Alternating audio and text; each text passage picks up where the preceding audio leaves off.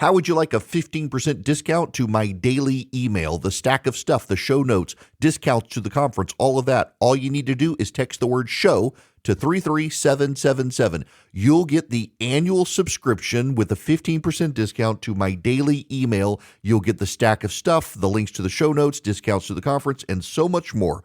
All you have to do is text the word show, SHOW, to 33777. Text show to 33777.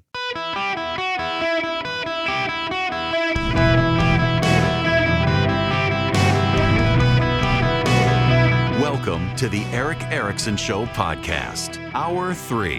Hello, America. Welcome. It's Eric Erickson here across the nation. Glad to have you with me. The phone number is 877-973-7425. Should you wish to be on the program, I would be happy, absolutely delighted to have you. In fact, I want to start this hour with JT's phone call about Afghanistan.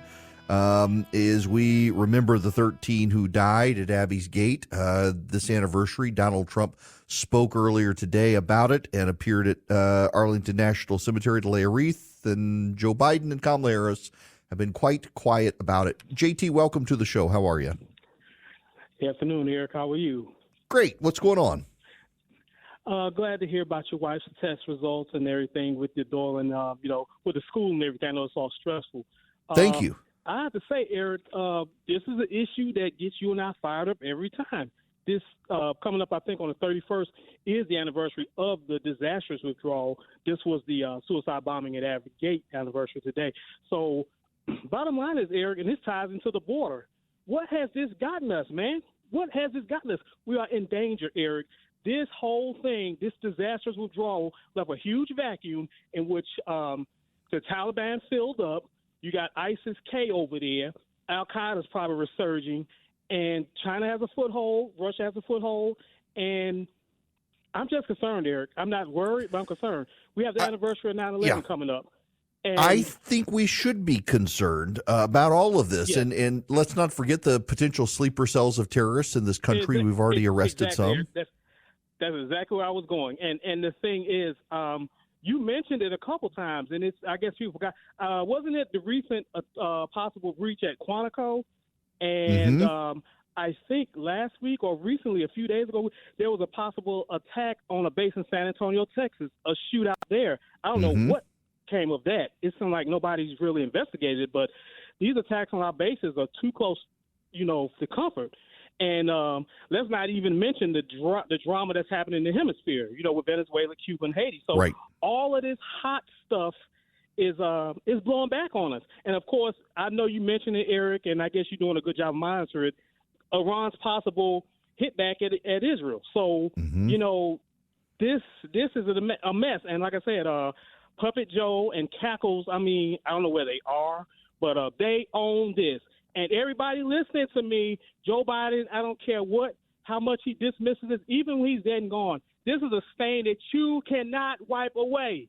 Those veterans, they will never forgive you for that, Joe Biden. Never. Amen. JT, listen, I let me let you go there. I appreciate your passion on the issue. And this is something I think that, again, the Trump campaign has got to be able to capitalize on. I might as well. If I had a penny, just a penny, for every time someone emails me, texts me, direct messages me, or calls me and asks, why doesn't the Trump campaign fill in the blank? I'd be a billionaire right now with just pennies. Why doesn't the Trump campaign, to his credit, Donald Trump is out there today pushing this issue. He has been at the border, noting Kamala Harris is opposed to the border wall. The media, of course, is doing everything they can to avoid covering him, and yet it's still being covered. Fox News has covered it. Newsmax has covered it. A whole lot of them covering Donald Trump on these issues. They can't avoid the issue. And with 9/11 coming up as an anniversary, it's just another reminder of how vulnerable we are to national security threats. And events change things. And if our enemies, God forbid, do something, it could change the dynamic of this race. And we'll see. I would note that Iran did nothing during the Democratic convention to Israel. And in fact, it allowed Israel time to gather the intelligence to figure out where Hezbollah's stockpiles of arms were in Lebanon. And over the last 48 hours, Israel has gone to town blowing up Hamas's weapons stockpiles, which is a good thing. It's just remarkable we are at this point. World on fire. Joe Biden nowhere to be seen. Kamala Harris out on the campaign trail. Jake Sullivan gone, I don't even know which Democrats are in charge right now. Doesn't appear that anybody is. And I want to spend some time on that at the bottom of this hour. Right now, I want to talk to you about the Democrats and their need to save democracy by killing democracy, because this appears to be a pattern around the country now. Here's the dirty little secret. Behind the scenes, Democrats don't really believe Donald Trump is a threat to democracy. At the senior level of the Democratic Party, they don't really believe it. They hope you believe it. And to the extent you believe it, you are a pawn of the Democratic Party. You pundits out there who believe it, you're the ones the Democrats privately laugh about behind the scenes. Oh, I got that guy on TV talking about this, and he really believes it. Democrats at the upper levels of the Democratic Party, they don't believe Donald Trump's a threat. They actually do believe the system is stronger than Donald Trump. They do believe that if Donald Trump gets elected, he'd be a one-term guy. But they're hoping enough dumb Americans really believe he's a threat to democracy that they'll side with the Democratic Party. The problem is the pattern the Democrats are operating under is that they've got to kill democracy to save democracy. In Georgia, the Green Party is being sued to be thrown off the ballot. An administrative law judge is set to decide whether Green Party presidential candidate Jill Stein's name will appear on the ballot following challenges by the Democratic Party. Stein's application seeks to use a new Georgia law that allows a political party to get on the state ballot if the party is on the ballot in at least 20 other states. Democrats say Stein's application, filed by the Georgia Green Party, is invalid because the Georgia branch is not affiliated with the National Green Party. There's no other state in which the Georgia Green Party is qualified to be on the ballot, says Democratic Party attorney Sachin Varghese told Chief Judge Michael Malini in a hearing Thursday. On that basis alone, they're done. Now, interestingly enough, the Secretary of State still has time to make a determination. So the Democrats are trying to use a technicality to throw the Green Party off the ballot in Georgia, but they're also trying to use a technicality to throw the Green Party off the ballot in Wisconsin. And Wisconsin's progressives have taken over the Supreme Court there, and they're ordering the Green Party to rush a response, even though they don't even have lawyers in the matter. The Wisconsin Supreme Court now is an explicitly political project, and it doesn't matter whether it's the right or the left that holds it. Whichever party holds it, they do the bidding of the party. And so the Wisconsin Supreme Court is working very hard to throw the Green Party off the ballot there because, democracy's at stake in this election. So we've got to throw parties off the ballot. Look at what they did to Robert Kennedy. Kennedy was not able to get on the ballot in enough states to get 270 electoral college votes. He oversold it, claiming that he was. It wasn't actually true. It wasn't true because there are ballot compliance rules that are difficult to meet. The only thing the Republicans and Democrats hate more than each other is third parties. Democrats and Republicans have together conspired around the country to make it very burdensome for third parties to be able to get on the ballot. It tends to take a billionaire who can spend a lot of his own money. That's why Ross Perot was able to do it. And then the Republicans and Democrats went behind Ross Perot and changed the rules to make it even harder for a billionaire. They do not want third parties to be able to get on the ballot. This year, it's the Democrats. The Democrats are convinced that the whole reason Hillary Clinton lost nationally in 2016 really wasn't Russia stealing the election or even Hillary Clinton not campaigning well in places like Erie, Pennsylvania, or Wisconsin. It was Jill Stein. They blame her. They blame third parties. They blame Ralph Nader. They blame protest votes. They claim that had those third-party candidates not been on the ballot, the people who voted third-party would have voted for Clinton, and it would have pushed her across the finish line in several of the states that cost her the Electoral College. So they're taking nothing to chance this time for Kamala Harris, who is essentially the second coming of Hillary Clinton. So despite all their lectures on democracy, despite all their lectures about democracy being at stake, in order to save democracy, the Democrats have decided they have to kill the democratic right of third parties to be on the ballot in this country. Because to save democracy is to kill democracy. Democrats don't actually care about democracy. They care about power. Both the Republicans and Democrats care about power at this point. It's convenient for the Democrats to say it's about saving democracy because the moron idiots in the press, the pundit class, have totally bought the line. We have to stop Donald Trump. He would be an authoritarian. Donald Trump, were he president of the United States, would serve 4 more years. To the extent you believe that Donald Trump would grab hold of power, seize power, and never let power go, what you are saying is you believe that the system is not strong enough. The system that prevented him and the rioters in 2020, you don't believe it could withstand him this time. I actually believe our constitutional system is more robust than what either the Democrats or the Republicans believe.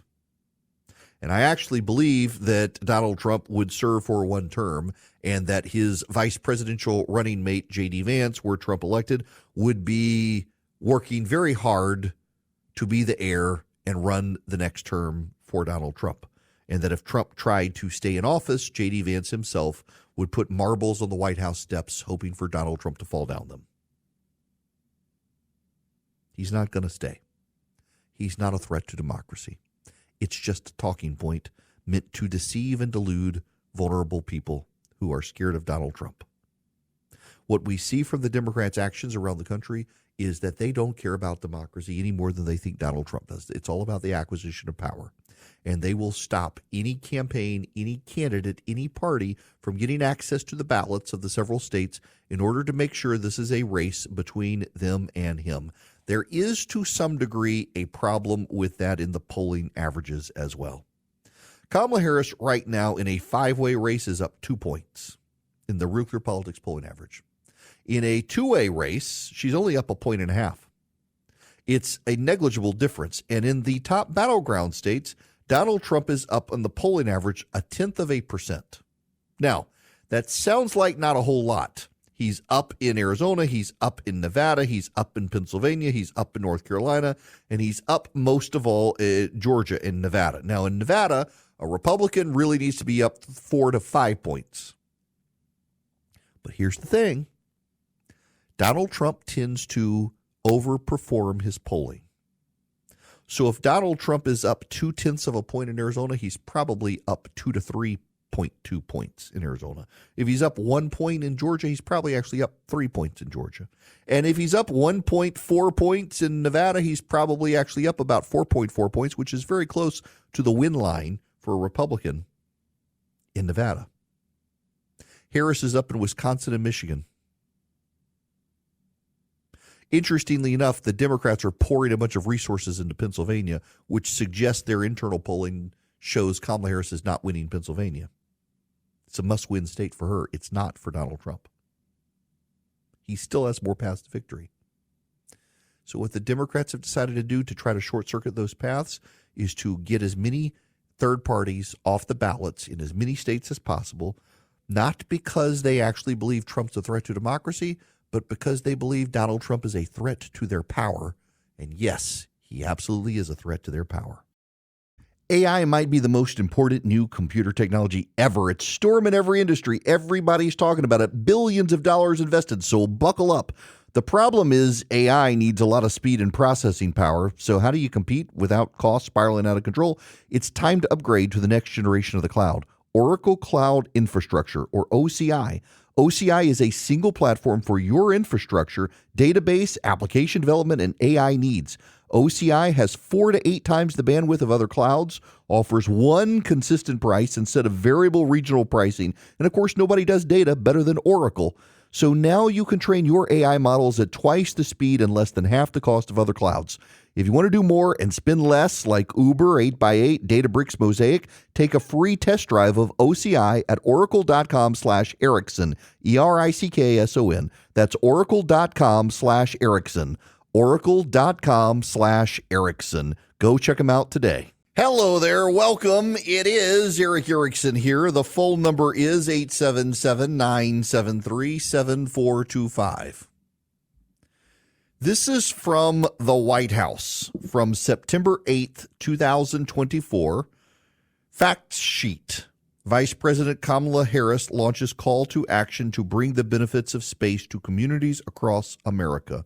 Quote, under Vice President Kamala Harris's leadership of the National Space Council, the United States is continuing to steward the responsible and sustainable use of space to protect our national security interests, address the climate crisis, foster a thriving commercial space sector, and more.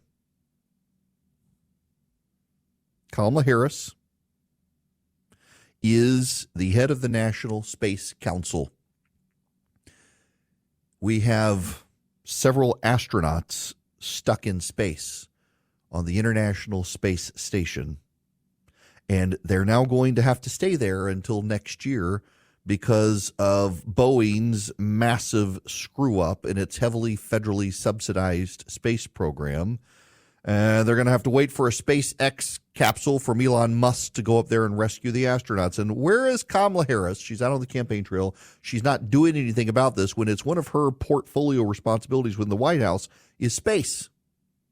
So she was put in charge as the border czar, and now they're saying, well, no, she really wasn't. She's put in charge of space. Now they're saying, well, no, she really wasn't.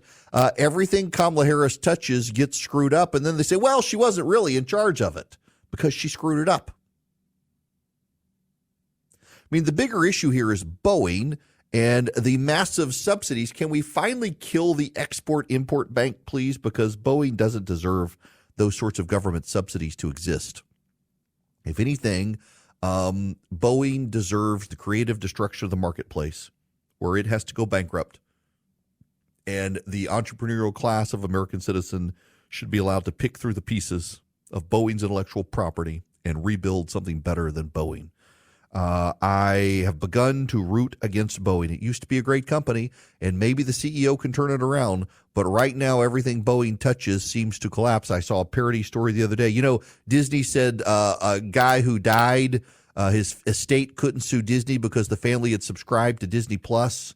And I saw a headline the other day, Boeing has decided that it's going to move to Disney World, move its headquarters to Disney World. You won't be able to sue it anymore. If you have problems. Boeing is an example of living off government largesse and failing to innovate and putting the bean counters in charge.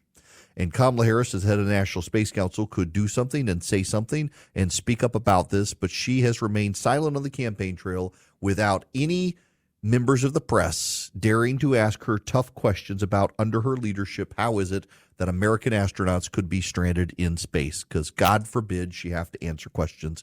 Even members of the media don't want her to do it because they know she'll say something stupid. Now, I want you to do something smart. I want you to go to oldglorybank.com, oldglorybank.com. Sign up for an account like I did over a year ago now, and you can get a bank account at Old Glory Bank. No fee checking, no fee savings. You can get loans and mortgages. You can develop a relationship with them. If you're a gun store, if you're a gun owner, Old Glory Bank will not cancel your account. They were started by conservatives for conservatives. They believe in conservatism, and they believe that you should not be canceled. Your bank account should not be canceled based on your politics.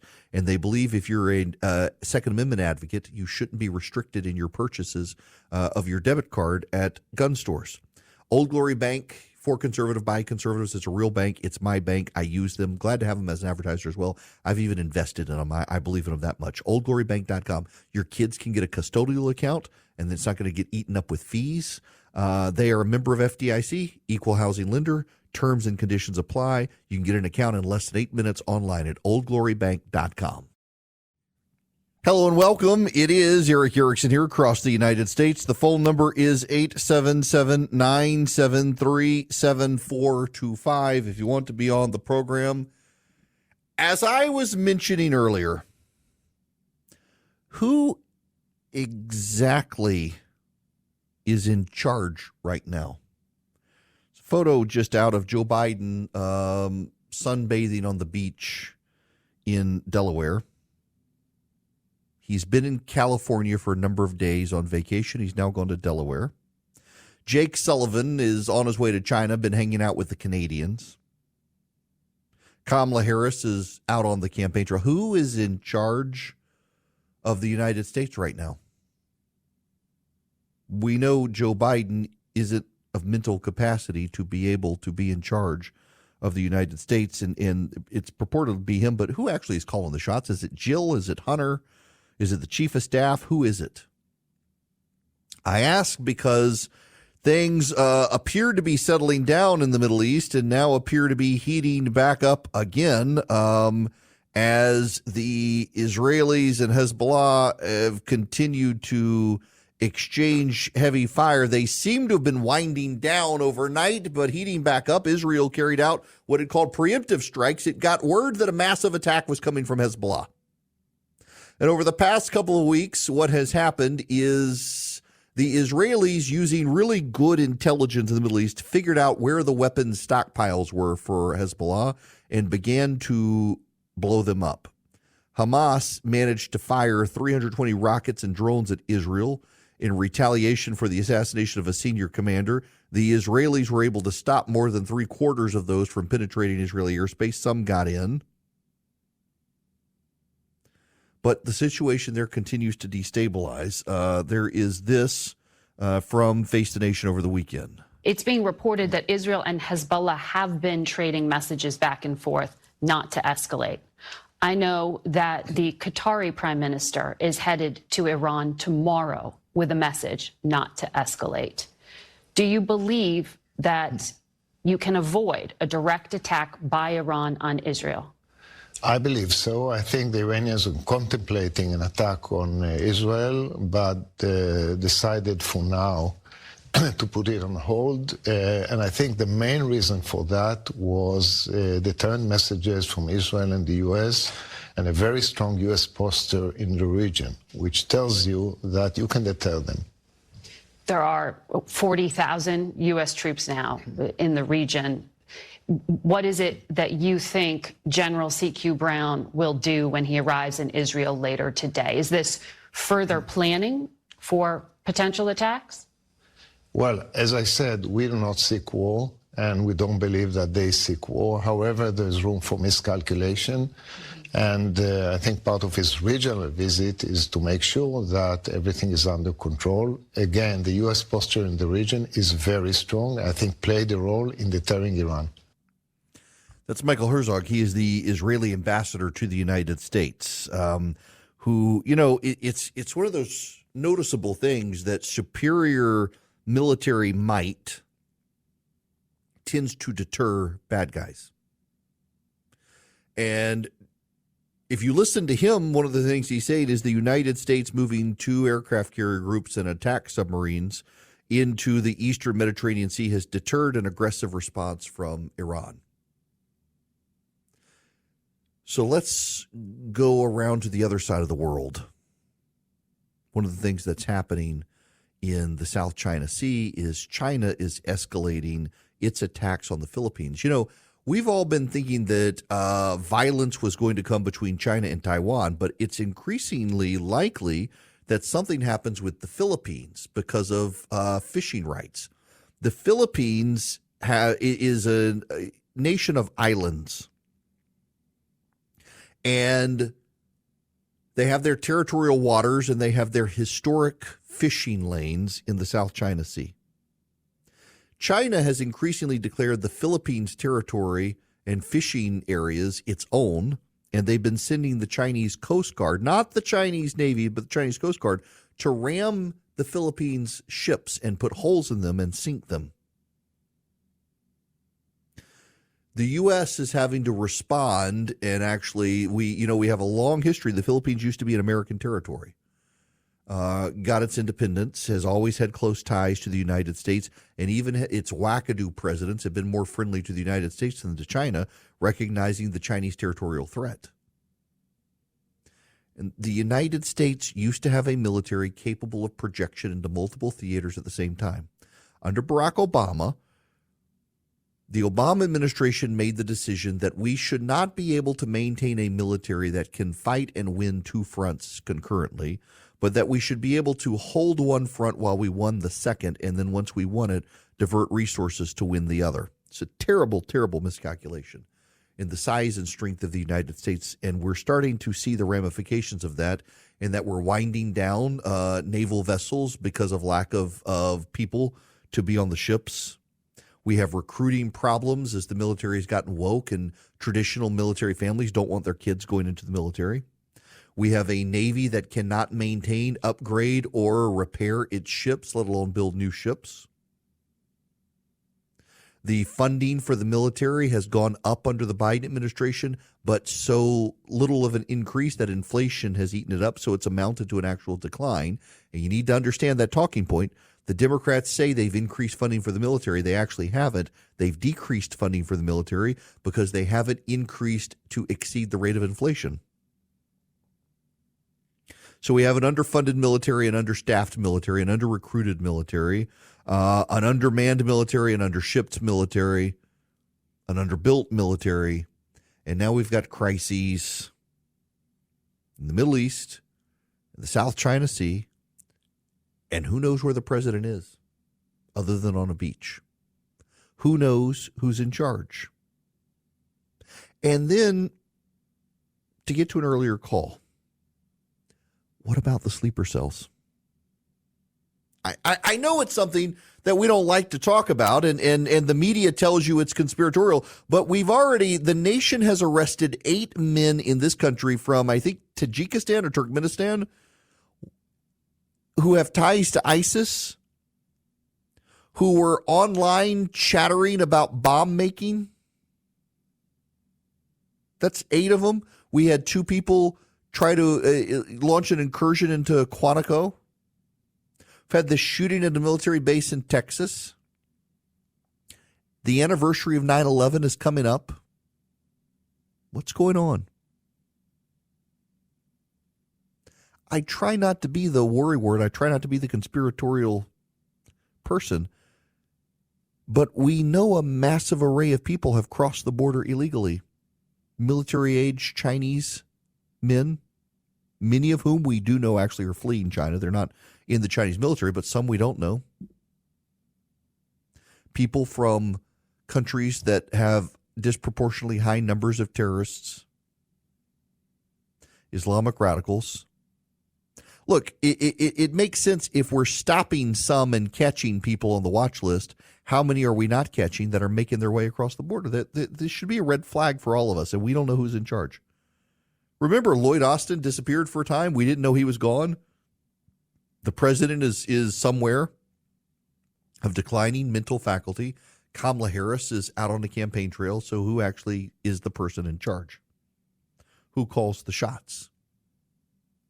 At the end of the day, we're supposed to believe it's Joe Biden who actually is the one who signs the order, but who comes up with it? I assume it's his chief of staff and maybe his wife. These are uncertain times. And here's the problem for the Democrats. There is a political angle to this you've got to understand. All of the polling suggests it, so much so that I'm not willing to dismiss this polling. When every poll, the polls that show Trump up and the polls that show Trump down, all the wide variety of polling, the Democrats pollsters, the Republican pollsters, they all show one thing in common. Do you know what it is? Any idea? Donald Trump's baked into the equation. Love him or hate him, Donald Trump's baked into the equation. People aren't really making up their mind on Donald Trump. They're making up their mind on Kamala Harris. Donald Trump's baked into the equation. It's the events that are the wild card here. The events that can change things. So people are saying, look, we know 100% name ID. Everybody knows Donald Trump. Love him or hate him. You know who Donald Trump is. The question is, are you going to be drawn to him or repelled by him? You're not so much drawn to Kamala Harris as repelled by Donald Trump, but Kamala Harris will repel you if the world gets on fire, if the United States gets wounded in some way, if events change things for the economy, if events change things for national security, if events change things for global affairs, if events change things for domestic and national security, those things work against Kamala Harris. Now, the Trump campaign can't really go there. Like, there are already stories out there. Donald Trump is talking down the economy. He's hoping for a recession to beat Kamala Harris.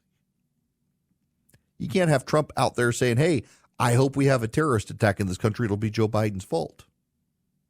Nobody wants a terrorist attack in this country. You shouldn't. You're a demented, broken soul if you do. But it could still happen, given the number of illegal aliens who we know have gotten away with crossing the border. These are things to be concerned about. And they are things that are not factored into the equation. God forbid it happens. Let's hope it doesn't happen. But if it does, the political dynamic, particularly if it's conducted by people who cross the border illegally, works against the border czar. That would be Kamala Harris, because Donald Trump is baked into the equation. No one today has a changed view on Donald Trump for the most part. Certainly there are some. I shouldn't say no one, but not a significant enough group of people to really matter politically. And those opinions have been changed now in the last 6 months or so. Are you for or against? But Kamala Harris is an unknown wild card, and she is the stand-in for the Biden administration. She is the proxy for Joe Biden. She is the person in charge. He's the one who has dementia. He's the one who doesn't know where he is or how to get off a stage. Kamala Harris is the one in charge. Whether she wants to say so or not, the American public can look at Joe Biden and say it's not him, so it must be her. She's the head of the National Space Council. We got astronauts stuck in space. She's the border czar. We got people coming across the border. She's in charge of all these things that continue to fail. There's a level of accountability that must be there, and that accountability will come with events. God forbid something bad happens in this country, there will come with it a level of accountability for Kamala Harris. Events change things. We have no idea who's in charge right now. We can only presume it's her. And because we can rightly presume that Kamala Harris must in some way be responsible for what's going on with this White House, we can also presume in some degree that she must be held accountable for the things that this administration does or does not do. And that comes with a whole host of open questions in foreign policy. But the one thing it does appear that this administration has thus far gotten right is in Israel, we have projected enough force that we have managed to, for now, deter Iran. And that is a good thing. And hopefully that situation contains itself and sustains itself. The problem, however, is we've put our force projection there for Israel, but we're at war with the Houthi in the Red Sea, and the Chinese are escalated in the South China Sea. And this administration has done nothing to maintain and propagate an American military able to repel all force threats at the same time. Now, I got to tell you, one thing you can repel are bad odors with the Eden Pure Thunderstorm. All you have to do is go to EdenPureDeals.com and put in ERIC3, ERICK3. The Eden Pure Thunderstorm generates ozone that grabs hold of the ions that are smells and neutralizes them. So whether it's a smoke odor you can't get out, the Eden Pure Thunderstorm can wipe out that smoke odor. Whether it's a dirty diaper odors in the nursery, well, Eden Pure Thunderstorm can wipe that out, or litter box odors. Whatever the bad odor is, they can't hide from the Eden Pure Thunderstorm. You can get 3 of them for less than $200 and save $200 at EdenPureDeals.com. All you do is go to EdenPureDeals.com. You'll see a discount code box right on the front page of that site, and you put in ERICK3, ERICK3.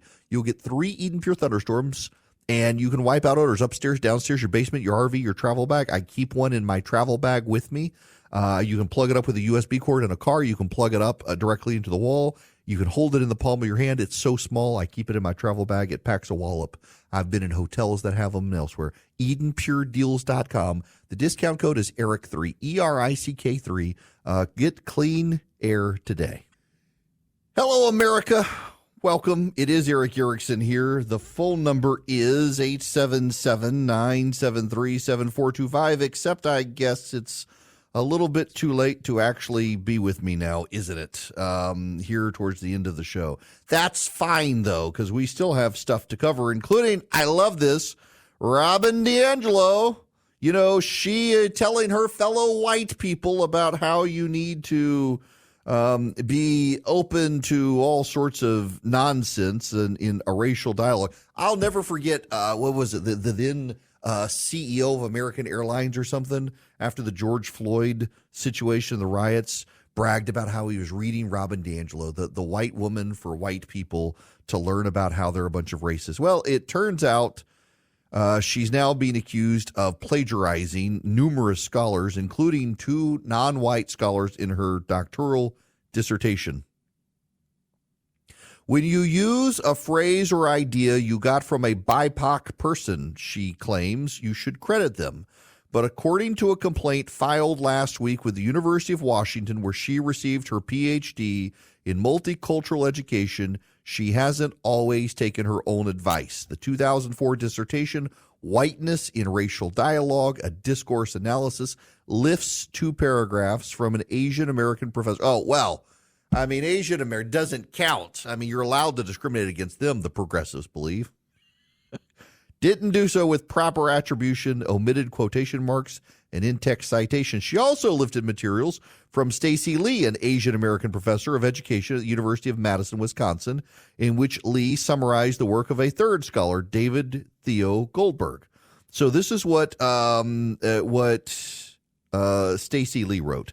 David Theo Goldberg argues that the question surrounding racial discourse should focus not so much on how true stereotypes are, but on how the truth claims they offer are part of a larger worldview and what forms of action that worldview authorizes. Here is DiAngelo. Goldberg argues that the question surrounding racial discourse should not focus so much on how true stereotypes are, but how the truth claims they offer are a part of a larger worldview that authorizes and normalizes forms of domination and control. In other words, pretty much uses almost every word that Stacy Lee had used in a prior writing. The passage creates the impression that DiAngelo is providing her own summary of Goldberg rather than using Lee's language, a misleading move that the president of the National Association of Scholars likens to forgery. The complaint describes dozens of cases in which DiAngelo, who rakes in almost $1 million a year in speaking fees, passed off the work of others as her own. Is anybody surprised? This is from Aaron Sabarium at the Washington Free Beacon. Is anybody surprised? This tends to be a recurring pattern with these people. The white people who want to make sure other white people know they're inherently racist. They always seem to be plagiarists and con artists and grifters. And, of course, this is happening now. But she's the white woman that white people like to read to make themselves feel like they're allies. And then they transition, of course, to Ibram Kendi, a dim-witted scholar, and Nicole Hannah-Jones and people like that. And it's just there's a silliness in the academic research. There's an unseriousness in their claims, and yet the left embraces this stuff because it makes them feel morally superior. The awfuls, affluent white female urban liberals, like to feel morally superior to everyone else, and so they read this trash, and this trash itself comes from people who aren't particularly talented or gifted scholars. They just happen to get promoted by the right people at the right time. See you guys tomorrow.